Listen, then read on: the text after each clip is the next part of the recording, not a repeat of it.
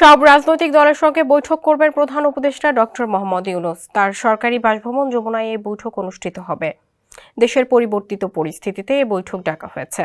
জানা গেছে, বৈঠকে জুলাই অভ্যুত্থানের পক্ষে থাকা সব রাজনৈতিক দলের একজন করে প্রতিনিধিকে আমন্ত্রণ জানানো হয়েছে।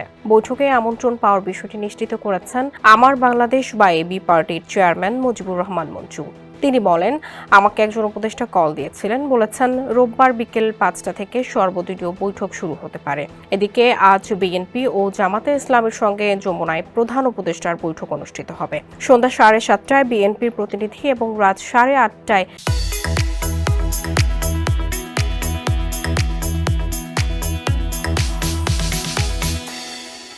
জামাত ইসলামীর প্রতিনিধিদের সঙ্গে বৈঠক হওয়ার কথা রয়েছে।